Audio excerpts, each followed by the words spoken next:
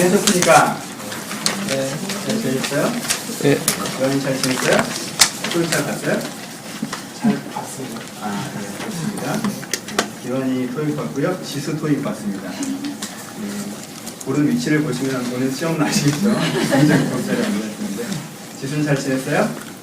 네, 지수 생일 파티가 어떻게 지내는지 페이스북으로 실시간으로 보여주셔서 남자친구가 준비를 많이 하셨더라고요. 그렇죠? 네. 잘들 지내셨습니까? 누구한테 또 물어볼까? 니네 잘 지냈어요?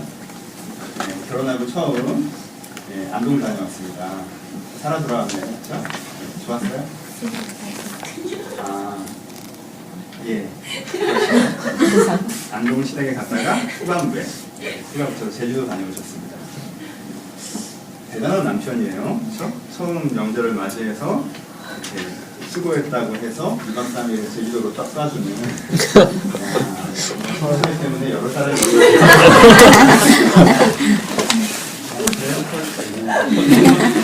제주도 갔다 왔죠. 잘 지냈다, 잘 지냈냐 이런 얘기 서로 많이 묻고 많이 듣습니다. 그렇죠? 여러분은 잘 지냈냐? 라고 물어보면 무슨 생각 주로 하십니까? 사람들은 잘 지냈냐 이렇게 물어보면 무식적으로 어떻게 해요? 잘 지냈다고 대답을 하죠. 그렇죠? 이 무식적인 반응, 일차적인 반응인데 잘 지냈냐라고 물어보면 무식적으로 반응하기 이전에 내 안에 무슨 반응이 있겠어요? 그래도 조금은 내 잘 지냄에 대해서 조금 생각해보는 부분들이 있겠죠. 그래서 사람들마다 잘 지냈다라고 누군가 물어볼 때 어떤 부분을 생각하면서 잘 지내는지에 대해서 대답하는지가 그 사람이 자기 인생을 해석하는 관점이기도 합니다. 그렇죠?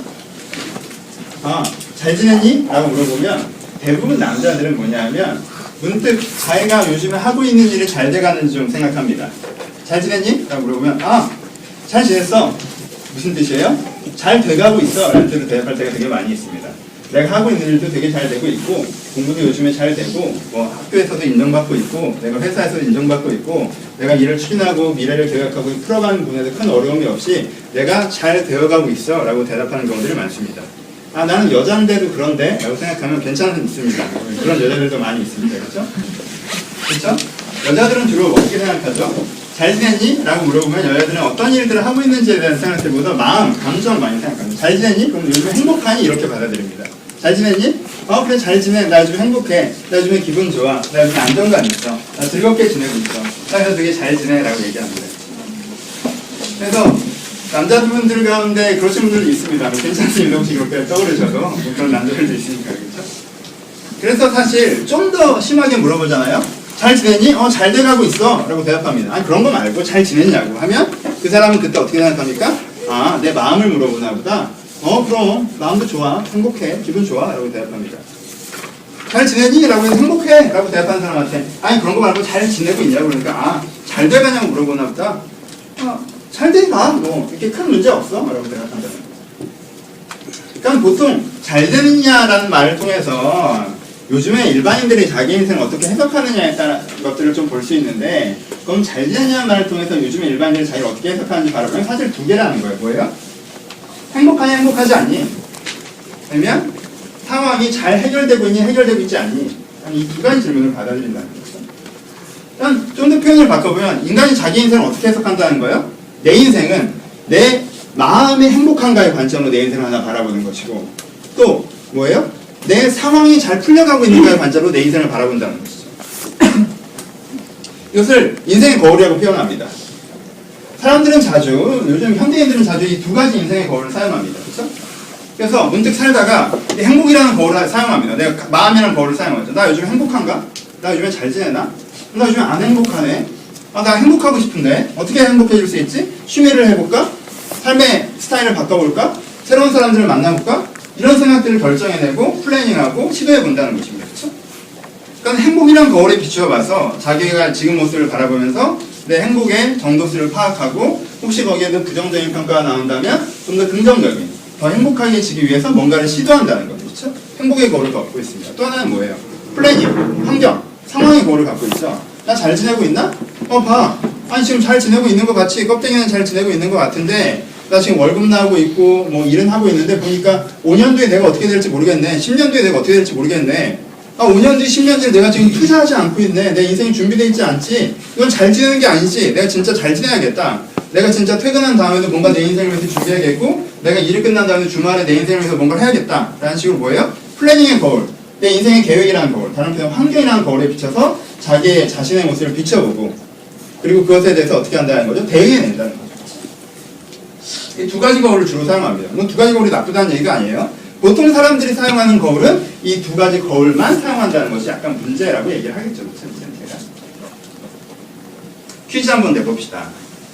사람 이름 맞추는 거예요. 이 사람은 엄격한 아버지와 그리고 자기를 굉장히 사랑해주는 어머니 밑에 태어났습니다. 중고등학교 때 공부는 잘 못했고요. 대신 예술 쪽에 되게 취미가 많으셨습니다. 그림을 좋아하셨고요. 시를 좋아하셨습니다.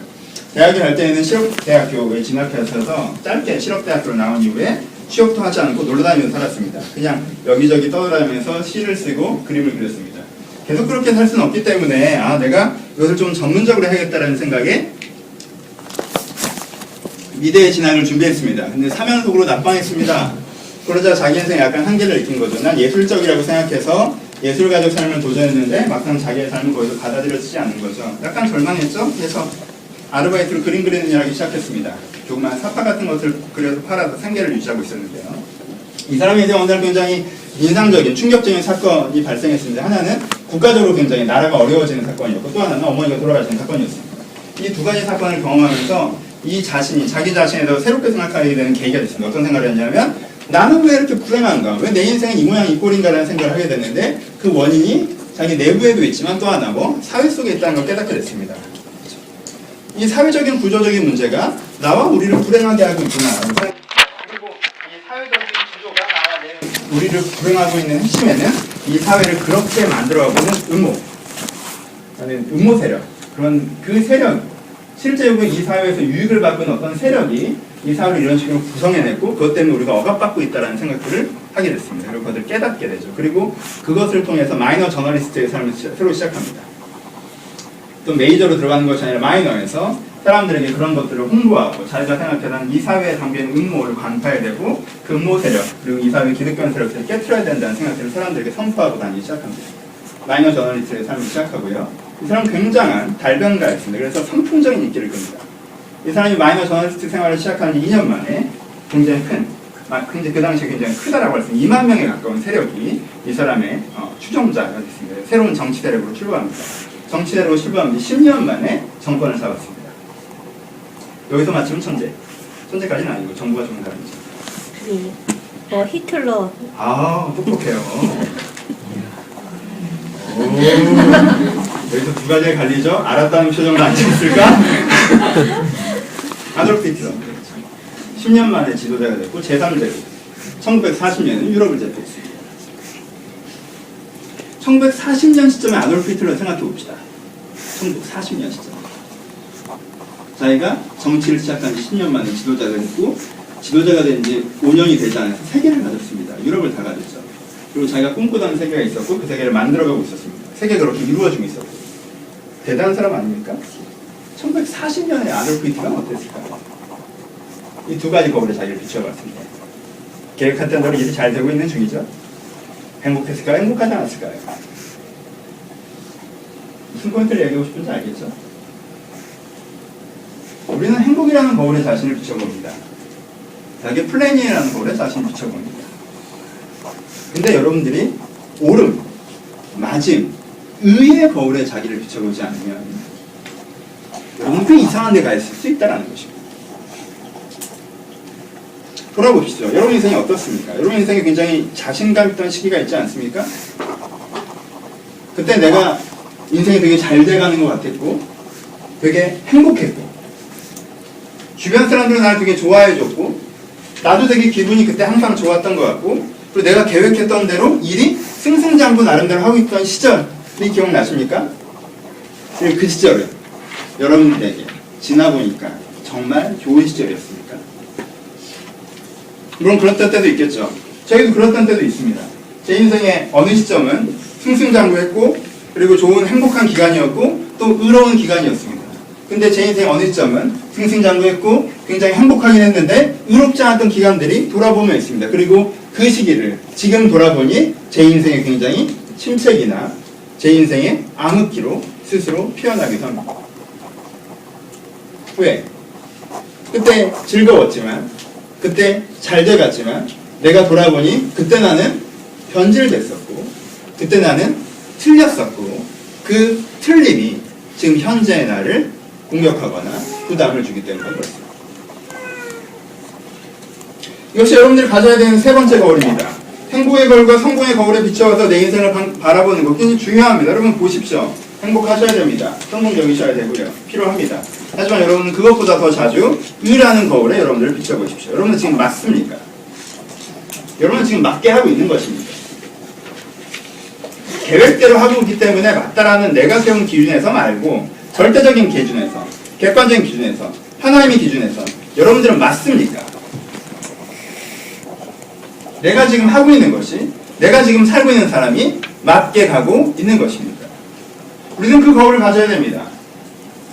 행복의 거울에 비춰봐서 내가 행복하지 않을 때 행복에 대한 새로운 시도를 해내는 것처럼, 내가 인생 어떤 플래닝의 거울에 비춰봐서 내가 내 인생의 계획대로 되지 않을 때, 내 인생의 환경들이 좋지 않을 때 그 환경을 나아지게 하기 위해서 뭔가를 하는 것처럼, 내 인생을 의의 거울에 비춰봐서 내가 의롭지 않을 때, 내가 맞지 않을 때, 내가 틀릴 때, 내가 맞게 되기 위해서, 의롭게 되기 위해서 내 인생에 뭔가 시도하고 도전하는 것들이 필요하다는 것입니다. 그러면 맨 처음 거울 자체를 사용하셔야 돼요. 거울 자체를 사용하셔야 돼요. 이것에서부터 시작하는 것들이 필요합니다. 오늘 나오는 단어들은 그렇게 반갑지 않은 단어들입니다. 별로 재미없는 단어들이죠. 그렇죠? 그렇게 뭐 좋은 단어들이 하나도 없는 것 같습니다. 불의, 탐욕, 시기, 악의가 가득하고 뭐 어쩌고저쩌고 쭉 나옵니다. 오늘 말하고 싶은 것은 우리가 갖고 있는 것들 중에 우리가 성경에서 나오는 이런 부정적인 단어를 어떻게 활용하는가에 대한 부분에서 말씀을 드리고 싶습니다. 우리는 성경에서 나오는 부정적인 단어를 쉽게 무시하고 넘어가는 경향이 있습니다. 이런 거 나오잖아요. 여러분들 그냥 쓱 갑니다. 그렇죠? 이런 거 깊이 묵상하시는 분들이 많지 않습니다.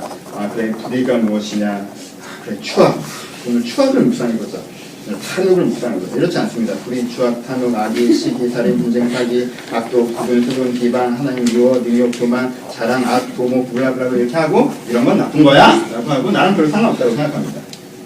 이건 사실 성경에 사랑과 사역과 판과 오래 참과 자비와 긍휼과 충성, 온유와 절제, 여러분들이 자주 묵상해서 여러분들 삶의 생명력을 가졌으면 좋겠는데 그것도 잘 안 하시는 것 같은 표정들이신데 아무튼 생명력을 그래도 갖게 되지만 상대적으로 이 단어들은 우리 가운데 그런 생명력을 갖지 못할 때가 되게 많이 있다는 것입니다.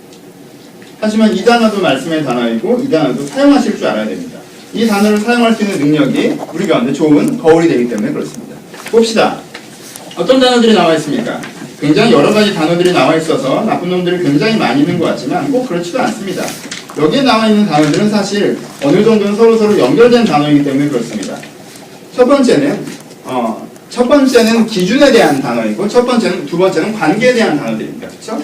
첫 번째 나와 있는 단어들은 어떤 단어들이 있습니까? 불의, 악의, 하나님을 미워하, 악을 도모하, 악독 뭐 이런 류의 단어입니다. 그렇죠? 그렇죠? 교만, 탐욕, 추악, 우매 뭐 이런 게 기준에 대한 단어들이 한 그룹이 나와 있습니다. 또 한 그룹의 단어들은 어떤 그룹의 단어입니까? 부모를 거역하는 것, 무정하는 것, 무자비한 것, 시기, 수분, 수금, 비방, 자랑, 살인, 사기, 분쟁, 능욕, 배악에 대한 관계에 대한 단어들입니다. 그렇죠? 성경에서는 기준적으로 의롭지 않은 사람과 그리고 관계적으로 의롭지 않은 사람을 나눠서 성경의 기본 정신이 하나님에 대한 것과 사람에 대한 것이기 때문에 하나님에 대한 것에 대해서 잘못된 태도와 사람에 대한 데서 잘못된 태도를 통해서 내가 하나님에 대해서 맞는 태도와 사람에 대해서 맞는 태도를 반대 구조를 이해할 수 있도록 만드는 것이 이 글의 기본적인 구조로 되어 있다는 것입니다. 그렇죠? 히틀러 얘기할 때도 관심이 현저히 떨어지는 것 때문에 사랑하고요. 돌아옵시다. 본문을 봅시다. 단어들이 나열됐기 때문에 좀 연결을 시켜보죠. 여기서 했던 단어들과 우리가 쓴 단어는 조금 다른 부분이 있으니까. 불의, 악의. 불의는 무슨 뜻이죠? 의가 아니라는 뜻이에요. 그렇죠? 기준이 아닌 것이라는 뜻이에요. 악이라는 건 뭐예요? 잘못된 기준이라는 뜻입니다. 그렇죠? 그러니까 여기는 오래 생각할 건 없을 것 같아요. 그렇죠? 기준이 아닌 걸 기준을 쓰는 게 문제라고 얘기하는 것이고, 그리고 나쁜 기준을 쓰는 게 문제라는 거죠. 그렇죠? 그 다음에 뭐가 나오죠? 악을 도모함, 악독 나옵니다. 이것도 마찬가지죠. 내가 잘못된 기준이 아닌 잘못된 기준을 기준으로 삼아서 그것을 지속적으로 추진하는 것, 악을 도모하는 것, 그리고 악독 뭐예요? 그리고 그것들을 독하게 열심히 뭐예요? 지켜내는 것까지. 그렇죠? 그러니까는 불이, 악이, 악일, 도모, 악도까지는 무엇이죠? 그쵸? 내가 기준이 아닌 것들을 기준이 아닌데 나쁜 기준을 기준으로 삼아 그것들로 내 인생을 플래닝하고 그리고 그것을 열심히 지켜내는 상태. 이것을 불의하고 악의가 있고 그리고 악을 도모하고 악독하고 이런 사람을 얘기한 거예요. 누가 악독하다 얘기할 때는 그 사람이 어떤 악에 대한 열정이 있는 상태를 표현하는 것입니다. 그렇죠? 이런 게 이제 한 덩어리예요. 그러면 포인트가 뭐가 꽂혀야 됩니까? 뭐가 꽂혀야 돼요?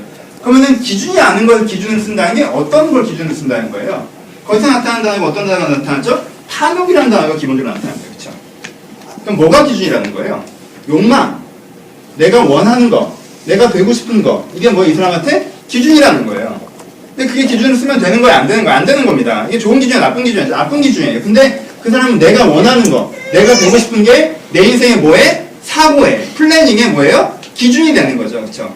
내가 원하는 거, 내가 되고 싶은 게 내 사고의 출발점, 최종 전제, 스타트가 돼서 그거 갖고 뭐라는 거예요? 내 인생에 뭐가 되는 거예요? 플래닝이 되는 거죠. 악을 도모하죠. 그리고 뭐예요? 그것을 반드시 이뤄내려고 열심히 노력하죠. 이런 걸 뭐라고 하는 거예요? 악독한 애라고 표현합니다. 그렇죠? 탐욕이 키포인트가 되고요. 나머지 형태적인 단어가 됩니다. 그러니까 이런 애는 누구를 싫어해요? 이런 애는 하나님을 싫어하죠. 이런 사람은 본능적으로 하나님을 싫어합니다. 왜? 하나님을 위한 단어를 듣는 순간 무슨 걸 우리는 연상적으로 떠올립니까? 뭔가 내가 원하는 욕망은 안 이루어질 수 있다는 것을 연상적으로 떠올릴 수 있어요. 그렇죠?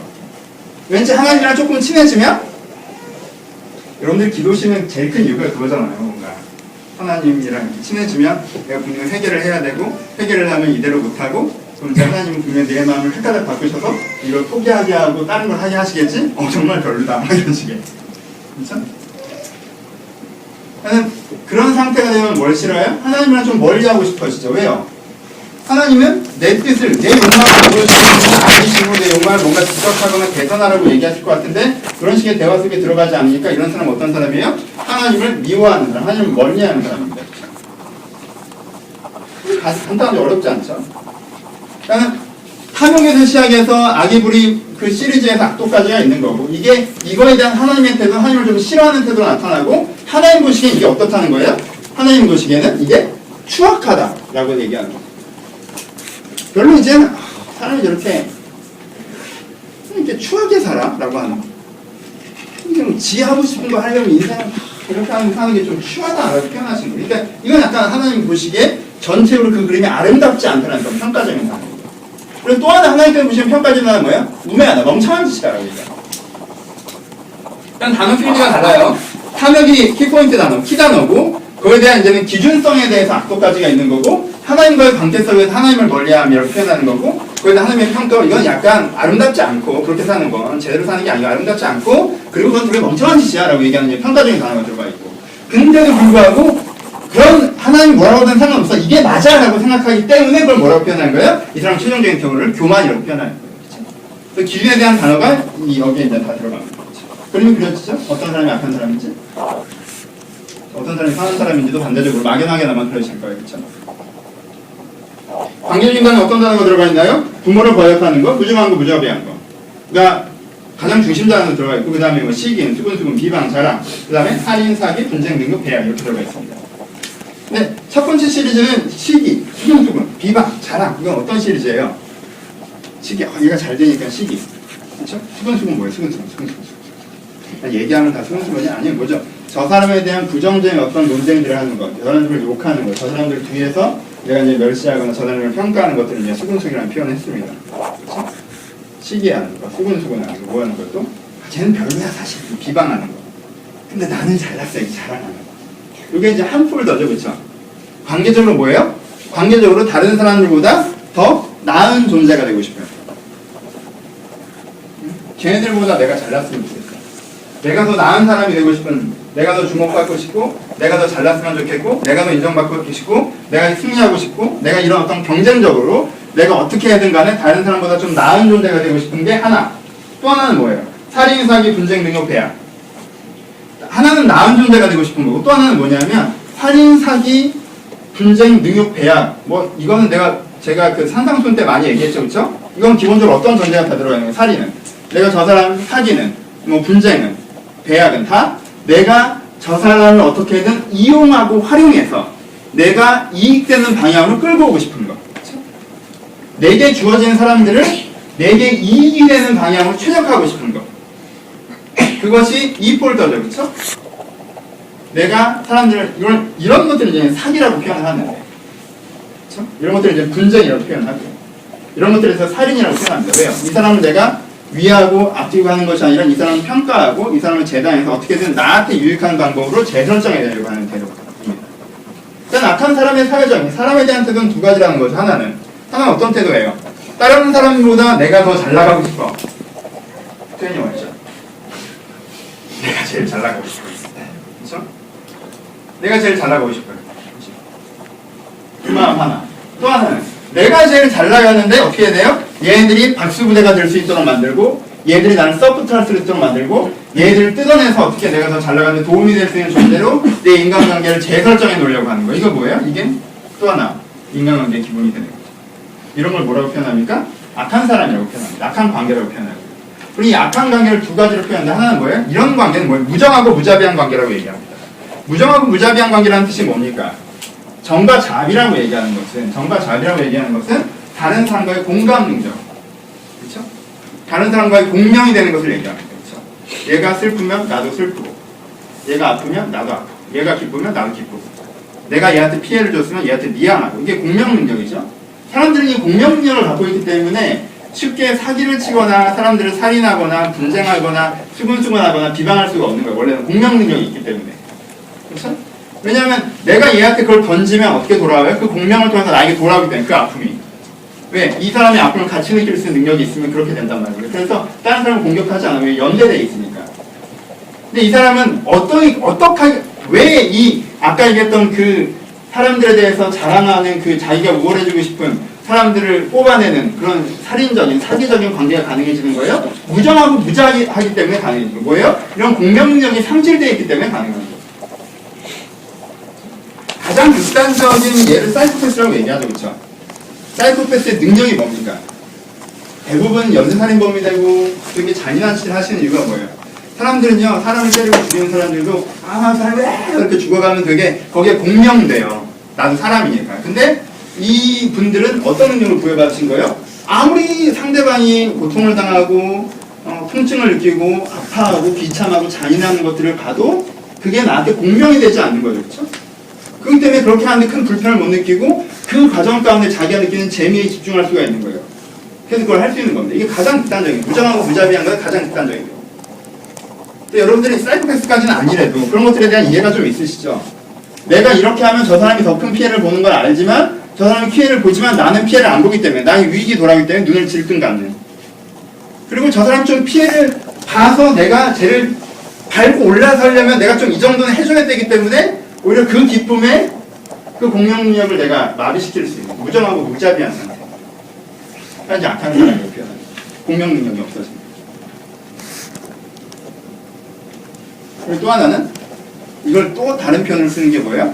부모를 배역하는 자로 표현해요. 이게 단지 효도가 아니라는 개념을 많이 말씀드렸죠. 그렇죠? 효라는 기본 개념이 뭐라고 그랬어요? 기독교에서 왜 효를 강조하고 타종교에서는 왜 이렇게 효를 강조합니까? 효의 가장 기본 개념이 뭐예요? 효의 핵심은 내가 하늘에서 뚝 떨어진 존재가 아니라는 것. 나는 나 혼자 잘나서 천상천하 유아독존의 존재가 아니라는 것. 나는 누군가의 돌봄과 누군가의 베품과 누군가의 주어진 사랑 속에서 성장할 수밖에 없는 존재였다는 것. 나는 태생적으로 의존적인 존재라는 것. 난 태생적으로 주어진 존재라는 것. 나는 완전히 내가 신인 것처럼 난 이래, 난 저래라고 할 수 없을 나는 의존해서 태어난 연대적 존재라는 것. 거기에 대한 자각이 뭡니까? 부모에 대한 이해입니다. 그렇죠? 그것이 부모를 공경하는 가장 기본 정신입니다. 그래서 부모를 공경하는 자가 나라를 공경하고 스승을 공경하고 사회를 공경하고 세상을 공경하고 자연을 공경할 수 있는 거예요. 그렇죠? 그리고 기독교에서는 하나님을 공경할 수 있는 거고. 왜? 내가 주어진 존재라는 걸 기억하니까. 그러니까는 이 관계의 가장 키포인트는 어디서부터 어긋난 거니까 내가 나 혼자 뚝 떨어진 것처럼 나 혼자 잘난 것처럼 나 혼자 만들어진 존재인 것처럼 원래부터 나는 이렇게 어떤 능력과 재능과 기회를 다 갖고 있는 존재인 것처럼 스스로 인식하는 것. 그래서 내가 이렇게 이 세상에서 더 가지려고 노력하는 것은 아무런 문제가 없는 것처럼 생각하는 것. 에서부터 출발해서 그 생각의 출발이 뭘 만들어야 돼요? 이 사람의 공명력의 상실, 무정과 무자비의 상태로 만들어내고 무정과 무자비의 능력을 획득한 이 사람은 다른 사람에게 시기하고 수근수하고 그런 다른 사람들을 짓밟는 행동, 다른 사람들을 밟고 올라가는 행동과 다른 사람을 공격하는, 살인하고 사기치는 다른 사람을 공격하는 행동을 통해서 그 사람을 통해서 사람은 상하지만 이익은 돌아오는 구조를 만들어낼 수 있는 사람으로 발전한다는 거예요. 이게 악인의 사회적인 태도, 관계적인 태도라고 해요. 기준에서는 욕망, 난 뭘 하고 싶어. 그러니까 인생이 플래닝이 되는 사람이고. 그러니까 사회적 관계와 개인적 관계에서는 그러니까 내가 이 뭐 하고 싶은 거에 저 사람이 어떻게 날 도움을 줄까?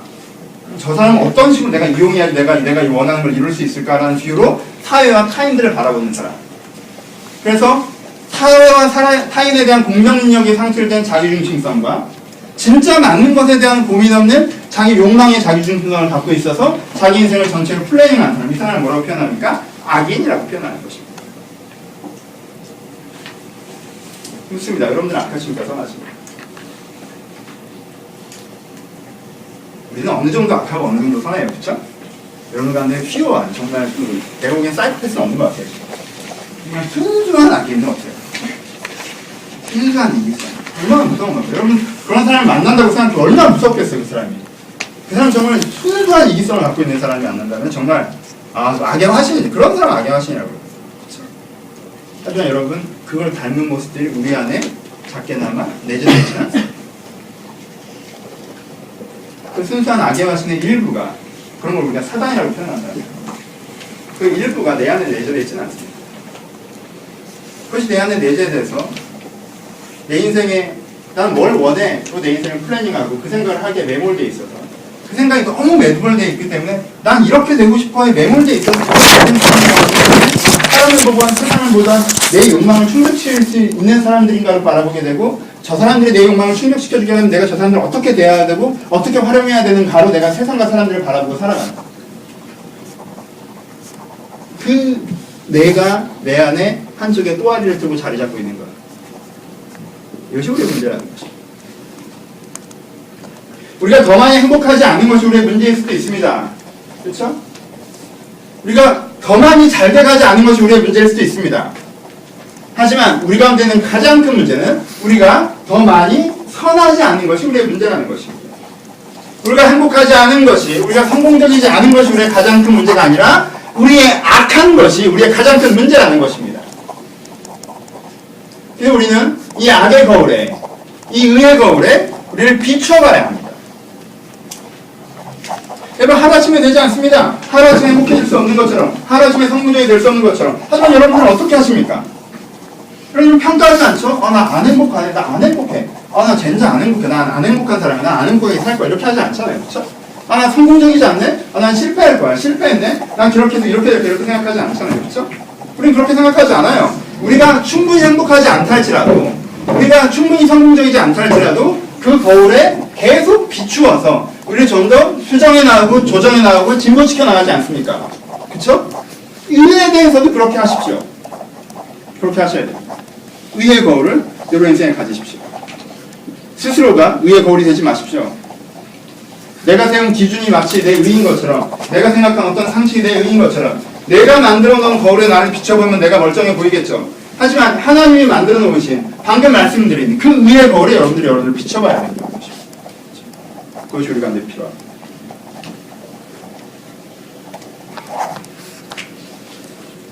의라는 단어가 많이 오해되는 단어예요. 왜냐하면 의라는 단어를 들으면 사람들은 그걸 일정한 억압으로 오해하는 경우들이 굉장히 많습니다. 의롭게 살아라고 얘기하면 그래, 다른 사람을 위해서는 의롭게 해야지. 이게 세상과 사회에 도움이 되니까. 약간 이런 식으로만 생각합니다. 하지만 세상과 사회에는 도움이 되지만 내 자신은 굉장히 불편하고 힘들고 어렵고, 다른 편으로는 내 욕망은 잘 충족되지 않고 내 욕망에 충돌되고 내 욕망을 억압해야 되는 일들이 자주 벌어지기 때문에 의는 되게 맞긴 하지만 부담스러운 것이라는 이미지가 되게 강하고, 의롭게 사는 사람이 어떤 의미에서는 되게 추앙되기보다는 약간은 불쌍히 여겨지는 조롱되게 사는 그런 사회적 현실 속에서 우리는 살고 있습니다. 얼마 전에 어떤 토크쇼에 안성기 씨가 나오신 적이 계세요. 저는 답을 좀 잠깐 봤는데 보다가 답을 쓰면 조금 아쉬워서 이제 채널을 끄게 됐어요. 저는 그분이 어떤 분인지 잘 몰라요. 근데 그분의 내면이 어떤 분인지 잘 모르고, 근데 누구나 인정하게 의롭게 모범적으로 사시는 분이랍니다. 평생을 그렇게 살아오신 분이라고 하고, 누가 봐도 기준들을 지켜내는 삶을 평생 살아오셨다라고 하고, 그것도 인정받고 존경받으신다고 말씀하더라고요. 근데 토크쇼에 이어지는 대화의 분위기라는 게 그분을 되게 인정하고 대단하다고 얘기하는 게 아니라 어떻게 이렇게 답답하게 살아? 힘들지 않아? 딴 생각 안 들어? 딴 생각 들 텐데 에이 답답하잖아 너도. 난 너처럼은 안 살겠다. 대단하긴 하다. 왜 그렇게 하면 사람들이 의롭다고 해주는 게 좋니? 그래서 그런 거야? 사람들이 되게 인정해주니까 좋아? 그런 게 필요한가 보다 너는. 그런 효과 때문에 그렇게 하나 보지? 라는 식으로 얘기가 흘러갑니다. 웃자고 하는 얘기지만 그 기본 논리가 얼마나 부담스럽던지 계속 보고 있을 수가 없어. 보고 있지 못합니다. 의로운 사람을. 너는 사회적으로 인정받아야 되기 때문에 어쩔 수 없이 그러는 거야 라고 내 입장에서는 의를 하는 유일한 이유가 효용성 때문이니까 그 사람도 그럴 것이라고 생각합니다. 하지만 다른 사람한테 인정받은 것 때문에 그렇게 하고 내가 진짜 원하는 거 못하면 그거 얼마나 불편하니? 너 남을 위해서 사니? 너를 위해서 살아야지? 네 욕망대로 해? 네 맘대로 해? 그래야지 행복할 거 아니야? 라는 식으로 자꾸 우리를 흔들려고 합니다. 그렇게 설득합니다. 하지만 여러분 그런 얘기를 하고 있는 것이 아닙니다. 의를 추구한다고 하는 것은 내 마음의 중심은 여전히 불의가 좋은데, 내 마음의 중심은 여전히 욕망이 좋은데, 내 마음의 중심은 어떻게든 욕망을 이루고 살고 싶은데 거기에 양의 탈을 쓰는 것처럼 껍데기만 딱 얹혀가지고 그래야 하지만 어쩔 수 없이 나는 그래도 이런 기준들을 지켜야 하네 라고 여러분들 억압하라는 것이 아닙니다. 그렇죠? 의를 추구하라는 것은 어떤 껍데기를 쓰라는 것이 아니라 여러분들의 중심 자체가 변화된다는 얘기입니다. 그렇죠? 진짜 의가 즐거워지는 상태, 의가 행복해지는 상태, 의를 진짜 원하는 상태로 내가 변화되어야 된다는 것입니다. 왜요? 여러분들의 마음에 분명히 그런 마음들이 있기 때문에 그렇습니다. 아까 얘기했죠? 여러분들 일부에는 악의 여러분들의 본성처럼 남아있죠. 그렇죠? 내 욕망대로 하고 싶고 욕망을 이루고 싶고 그것이 내 인생의 플래닝이 되고 그렇죠? 그리고 그것들로 사람들을 이용하고 싶고 그런 본성이 여러분들 가운데 있죠? 하지만 다른 한쪽을 쳐다보십시오. 다른 한쪽을 쳐다보세요. 여러분들이 진짜 본성은 무엇입니까? 다른 사람을 이용해 먹어서 여러분들의 욕망을 충족시키는 것입니까? 다른 사람과 진정으로 공명되는 것이 여러분들이 진짜 원하는 것입니까? 그게 진짜 우리의 본성은 아닙니까? 여러분들은 누군가를 내 입맛에 다 맞게 만들어놔서 얘한테 뭐 받아낼 수 있고 쟤한테 뭐 받아낼 수 있고 쟤한테 뭐 받아낼 수 있는 그런 합리적인 착취구조를 만들어놨을 때 진짜 인간이 만족감을 느낄 거라고 생각하십니까? 아니면 이 사람과 이 사람과 이 사람과 이 사람과 있는 그대로 내가 마음과 생각이 뜻과 생각이 하나 되어서 제대로 공명되어질 때 진짜 내 행복감, 진짜 만족감, 진짜 나의 나됨을 느낄 거라고 생각하십니까? 내 욕망의 잣대를 하나 세워놓고 이걸 하고 싶어를 정해놓은 다음에 그걸 이루려고 달려갈 때 인간이 진짜 만족과 행복과 자기 정체성이 있을 거라고 생각하십니까? 아니면 진짜 이렇게 살아야 되는 것이구나, 이게 맞는 것이구나, 이게 주의 뜻이구나, 이게 하나님의 생각이구나, 이렇게 돼야 되는구나를 보고 그것들을 세상에 구현하기 위해서 내 오늘 하루를 투자해 나갈 때 인간이 진짜 정체성과 만족감을 느낄 거라고 생각하십니까? 우리는 악인이 아닙니까? 우리 안에 선과 악이 공존합니다. 우리 안에는 선이 있습니다. 선이라는 건 무엇이에요? 진짜 맞는 것을 찾아내고 그것을 아는 것 자체로 즐거워하는 내가 있다는 것입니다. 진짜 맞는 것을 이루어가고 그 이루어가는 것 자체로 즐거워하는 내가 있다는 것입니다. 그것을 내가 인정받지 못하고 그것을 내가 성공적이지 않고 그런 내가 많은 것들을 누리지 못할지라도 내가 이렇게 세상에 더욱더 하나님의 뜻에 맞게 바른 기준에 따라 변화되어 가는 과정 가운데 작은 벽돌 하나가 되는 것으로 기쁨을 느끼는 그 내가 있다는 것입니다.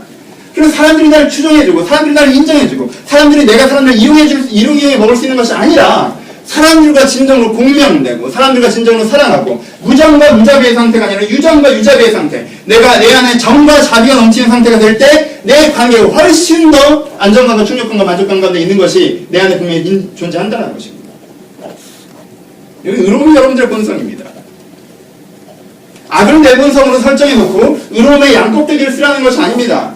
악한 사람들은 그렇다고 생각하죠. 다들 악하다고 생각하니까. 그러니까 불편하지 않니? 어렵지 않니? 이렇게 의롭다고 흉내내고 다니? 사실 넌 네 안에 있는 욕망을 억누르고 살아가잖아. 그러면 넌 피곤하겠니? 난 그 욕망을 이루고 살아간다? 얼마나 좋겠니라고 얘기합니다. 그럴까요? 그렇지 않습니다. 그런 것이 아닙니다. 진짜 내 안에 이런 욕망의 문제가 해결되어지고 의에 대한 열망이 내 안에 가득 차 있는 상태, 이미 있는 그 의에 대한 열망을 더욱더 개발시켜서, 욕망도 개발되면 더 개발되죠? 그런 것처럼 열망을 더욱더 개발시켜서, 의에 대한 열망을 더욱더 개발시켜서, 진리에 대한 열망을 더욱더 개발시켜서 내가 그렇게 세상을 만들어 나가는 것과 진리를 추구하는 것과 그 사람들과 함께 사랑하는 것이 내 인생의 가장 옷에 맞는, 가장 안정적인, 가장 행복한, 가장 의미 있는, 가장 성공적인 상태로 느끼는 사람은 이것을 얘기하는 것이에요. 의로워 보십시오. 의를 추구해 보십시오. 의로운 사람이 되어보십시오. 여러분 인생에 일관성이 생깁니다. 욕망의 인생은 일관성이 없습니다. 20대는 이걸 추구하다, 30대는 저걸 추구하다 다 얘기하잖아요. 20대는 연애하러 다니고 30, 40대는 뭐예요? 직장을 주러 다니고 가족을, 그 다음에 명예를 추구하고 돈을 추구하고 안정을 추구하고 때마다 그거 추구하고 사라지고 그거 추구하고 사라지고 그거 추구하고 사라지는 거예요. 일관성이 없습니다. 그러면 의의 열매를, 의를 추구해 보죠. 10대 때, 20대 때, 30대 때, 40대 때, 50대 때 인간 인생 일관성이 생깁니다. 같은 걸 추구하고 같은 걸 이루어가는 것입니다. 의를 추구하는 사람은 정체성이 생깁니다. 너는 누구냐고 생각할 때 나는 누구냐는 정확한 자부심과 정체성을 갖습니다. 의를 추구하는 사람은 자기 자신을 어떻게 생각하시지 아십니까? 세상의 쌍물로 생각합니다. 근데 욕망을 추구하는 사람은 아무리 그렇지 않은 그건 세상의 덩어리입니다. 다른 사람의 피를 빨아먹고 고기를 빨아먹은 존재 아닙니까? 적게 일하고 많이 먹고 싶으십니까? 그 말은 무슨 뜻이에요? 그것 자체가 덩어리적 존재라는 거예요. 착취적 존재예요. 억압적 존재예요. 기생적 존재라는 뜻입니다. 통장에 10억, 20억 쌓아놓고 일하면서 살아가는 그 이상의 기생이 아니면 무엇입니까? 그런 사람이 무슨 존재감이 있을 수 있습니까? 그런 것이 아닙니다. 여기에 진짜 존재감이 있습니다. 사람들이 알아주지 않아도 내가 세상의 선물이라는 걸 스스로 알고 있는 거야. 사람들은 이랬다 저랬다 하는데 나는 태어날 때부터 지금까지라는 표현이 어떨지 모르겠지만 내 인생 일관성을 가지고 내 인생을 살아내고 있는 그 사람이 있는 거야. 내가 누구이고 무엇을 하는 사람인지 명확하게 알고 있으면 그 일을 해나가고 그 일을 하는 사람들과 함께 살아가고 있는 사람이 되는 것. 그것이 얼마나 좋습니까? 이것을 추구하라는 것입니다.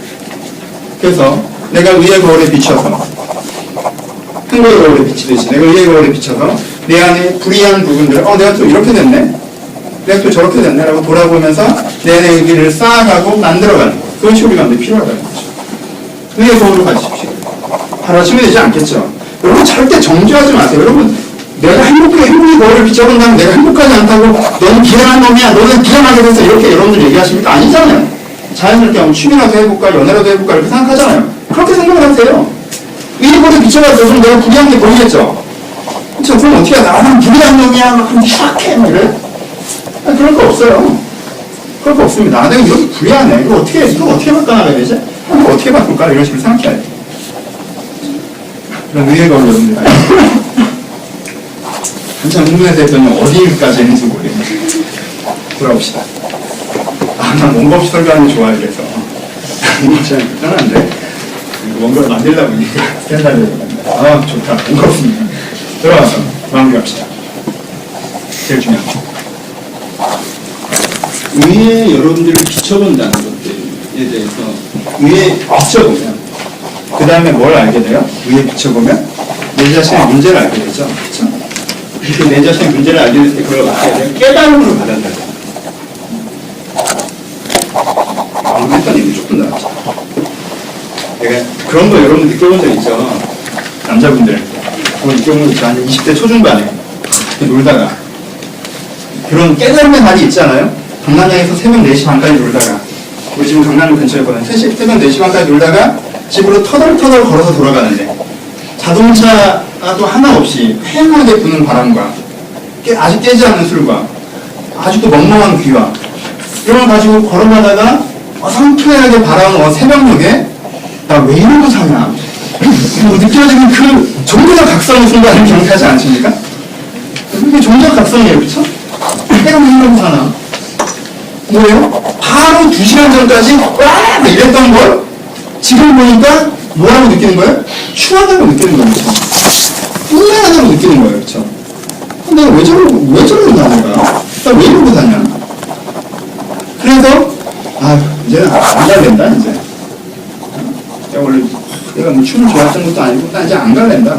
나 이제 그만할랜다. 나 이제 다른 거 할랜다. 나 이제 깨달음의 각성이 순간. 있는 사람들은 각성을 알아서 오는 거야. 그래요? 있잖아요.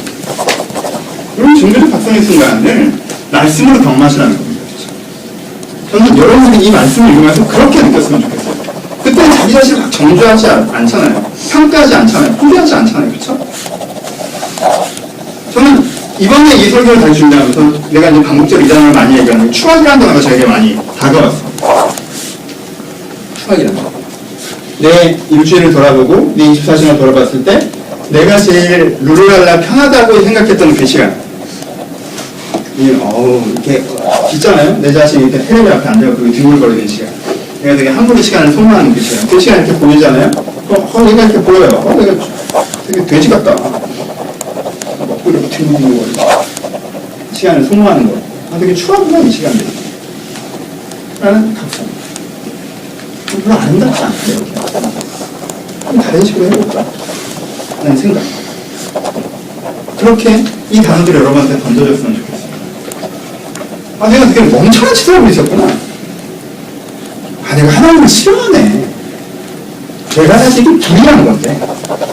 이게 악독하네. 난 진짜 이 프로그램을 표기를 못하네. 내가 되게 악독하다. 내가 악을 도모하네. 이렇게 해볼까 저렇게 해볼까. 내가 되게 무정하구나. 내가 되게 무자비하구나. 이건 시기 아닌가? 이건 수근수근인데. 나 왜 이러고 사니? 너무 싫은데. 나는 그 청기적 깨달음의 순간으로 이 불편해 보이는 단어 하나가 여러분한테 거울과 선물로 주어졌으면 좋겠습니다. 말씀 진짜 많습니다. 한 가지 얘기만 더. 어떻게 하면 이런 변화가 있을 수 있어요? 얘기를 길게 하지 않겠습니다. 얘기 길게 하면 설명은 길어지고. 하지만 한 단어만 얘기합시다. 맨 처음 시작은 이렇게 돼요. 그들이 마음에 하나님 주기를 싫어하며 하나님께 그들을 상실한 마음대로 내어버려 두자라고 얘기합니다. 그러니까 이 모든 일들이 시작된 이유가 뭐라는 거예요? 인간이 악해진, 내 안에 악독이 생기는, 내 안에 악이 생기는 모든 이유가 뭐라는 거예요? 내 안에 하나님이, 예수 믿으시는 분들에게 말씀드립니다. 내 안에 하나님이 상실되어졌을 때 그런 거죠. 내 안에 하나님이 안 계실 때, 내 하나님이 멀어졌을 때. 그럼 여러분들은 이 악을 보신 다음에 악의 이 의의 글이 거울에 여러분의 스스로 비춰서 나 요즘에 악이 쑥쑥 자라고 있네? 라고 느껴지면 여러분은 어떻게 하시면 돼요? 어떻게 생각하시면 돼요? 내 안에 하나님이 좀 상실되고 있구나. 내 하나님이 지금 안 계셨구나. 내 안에 나로 가득 차 있었구나. 라고 얘기하면 여러분들 뭘 하시면 됩니까? 거기서 곧장 결단을 하는 게 아니라 뭘 하는 게 필요해요? 하나님을 내 마음에 초대하는.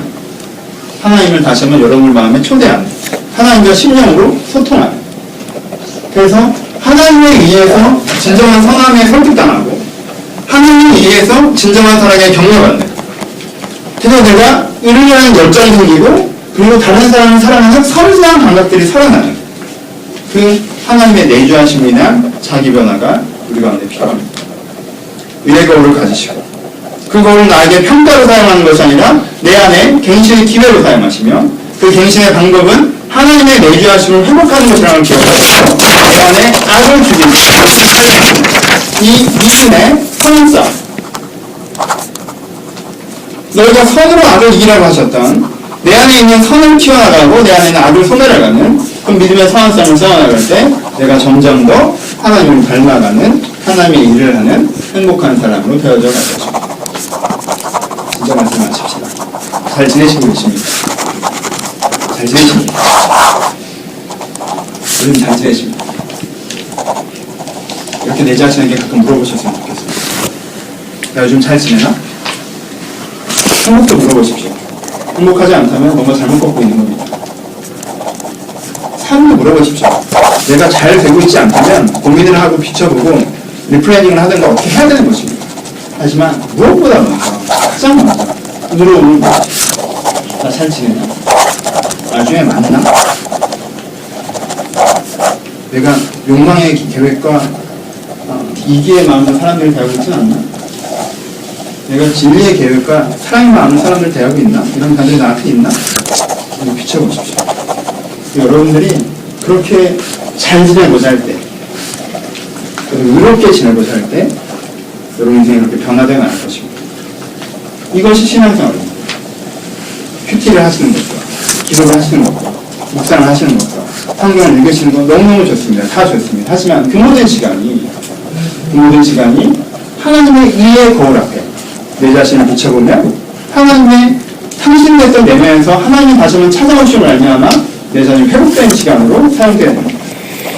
하나님을 행복의 통로나 하나님을 성공에 대한 통로로만 보지 마시고 그건 무엇보다 80%는 하나님은 의의 통로인 것을 기억하셔서 하나님 의의 통로로 사용하셔서 여러분들 본질을 바꾸시는 그 은혜를 일상 중에도 한결같이 경험하시는 주님을 닮아가실 주님의 이름으로 축원합니다.